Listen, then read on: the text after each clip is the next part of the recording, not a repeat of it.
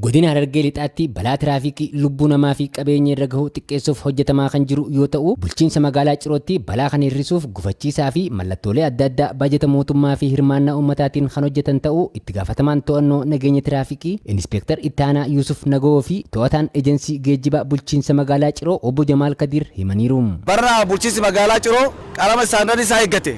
Kagatiin tokko xaasaan tokkichi gatii qaalii kaampaa irraa ajajnee nu bita jechuudha. Lammaffaa mootu abbootii qabeenyaa humnaan nu gargaaranii qabeenyas nu kennanii ashawaa, simmintoo fi warri ogummaa qabes humnaan deeggarsa nu kenna jechuudha. Konkolaataan fiigicha malle, fiigicha nayyamamne, ispiidii nayyamamne akka hin deemne kan sababa kanaaf balaa kana hir'isuudhaaf kan hojjechaa jirra jechuudha magaalaa kana keessatti. Saffisa ariitiin ta'in akka fiinee fi ispiid beekarii magaalaa bakka balaa ni gaayyameetti shakkamuratti uumnee akka suuta konkolaataan deemu mallattoo agarsiistuu, mallattoo dhorkaa, mallattoo of eeggannoo kennan kana dhaabaa jira jechuudha.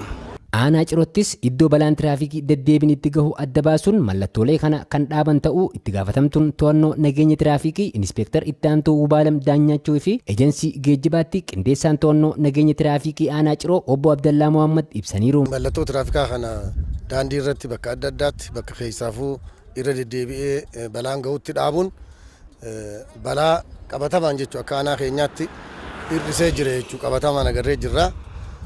Kanaan dura iddoo mallattoon hin jirre dura irra deddeebi'ee balaan gahaa ture jechuudha. Balaa amma baay'ichaa dhufe kana hir'isuudhaaf gahee guddaa qaba waan ta'eef mallattoo adda addaa keessattuu mallattoo kallattii agarsiistuu kan odeeffannoo kennu kan suuta deemii ka jedhu mallattoolee adda addaa karaa irratti dhaabnee jirra. Keessattuu Aanaa Ciroo iddoo Kololoo jedhamu kanatti balaa suukanneessaan gahaa akka turee fi mallattoolee dhaabaman kanaan bu'aan guddaan kan argame ta'us himan. Mallattoo adda addaa bifa adda addaatiin kan dhaabaa jirru kuni balaa guddaa hir'isee jechuudha. Fakkeenyaaf amma maramaa san irratti jechuudha. Kanan dura konkolaattota fe'inaa hedduu kufaa ture jechuudha. Miidhaa gahaa jiru kanarratti jijjiirama hedduu fidee jira. Balaas baay'ee hir'isee jira jechuudha. Bakka Kololoo jedhamu kanatti balaan konkolaataa yeroo hedduu irra deddeebi'ee gahaa ture jechuudha.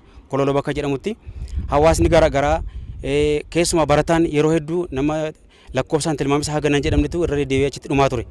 Haa ta'uuti erga biyyeen kun achitti nammee abbootii qabeenyaas kadhannee konkolaachistoota kadhanneeti biyyee bakka kanatti erga nannee booda balaa hir'isee jira jechuudha. Bifuma wal fakkaatuun godinuma kana bulchiinsa magaalaa Hirnaatti zeebiraa fi mallattooleen nageenya tiraafikii hirmaannaa uummataatiin kan hojjetaman ta'uu itti gaafatamaan kutaa ittisa yakkaa bulchiinsa magaalaa Hirnaa Inspektar Fiqiruu Higgazuu himaniiru. Namni of eeggannoodhaan mallattoo tiraafikii kana hubatee zeebiraa hubatee agarsiisa mallattoolee adda addaa hubatee balaa irraa akka of ittisuuf hojii kana hirmaannaa hawaasaa bulchiinsa magaalaa Hirnaatiin hojjenne.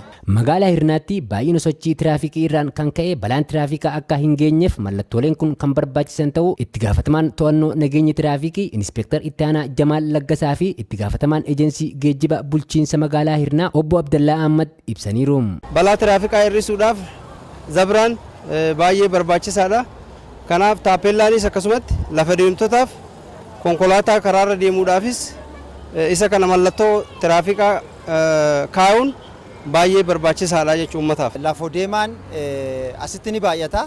Masqalanyaa jedhama bootaan kun sababa saniif immoo konkolaataan akkuma beekamu waan heddummaatuuf mallattoolee kana arganii uummatarraa akka dhaabuuf namni karaa kanarra qaxxaamuruu isaatii fi magaalaan horii gama olii kanatti waan argamuuf asiin baadiyyaarraa uummanni dhufus haraashii yookiin sangaa fi horii gabaa waan geessuuf suuraan horiillee irra jira jechuudha. Deeggarsa uummanni magaalatti taasise galateeffachuun mallattoolee kanatti fayyadamuu akka qaban hooggantuun waajjira poolisii bulchiinsa magaalaa Hirnaa Inspektar Olaanaa Maashoo Jeeyilaanii fi obbo Abdallaa Ahmad dhaamaniiru. Uummanni bulchiinsa magaalaa Hirnaa hundi qaamolee nageenyaa bira dhaabbatanii waa'ee nageenyaa bira dhaabbachuuf galatoomaa jedha. Uummanni keenya mallattoolee kana laalee balaa tiraafikaa akka isaan irra hin geenye kana eeggatee mallattoolee kana eeggatee daandii isaa eeggatee qaxxaamuruu akka qabu dhaamsan qabu dabarsaa jechuudha. Konkolaachistoonnii fi jiraattonni dubbifne tokko tokko mallattooleen kun balaa tiraafikaa irraa of eeguuf kan isaan gargaaru ta'uu himuun qaamolee nageenyaas galateeffataniiru.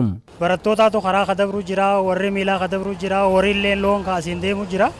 Sansan mallattoo kana laaleen shofeeronni parsantii hanga deemuu qabuun akka deemuuf. Yeroo hubannoon zeebraa kanarratti yeroo gabaa nuu kennamaa jira. Qaamolee nageenyaa poolisii geejjibaa fi qaamolee waliin ta'anii waan kana jalaniif baay'ee isaan galateeffachuu barbaada ammallee fuulduraafis itti fufuu qabaa jedha.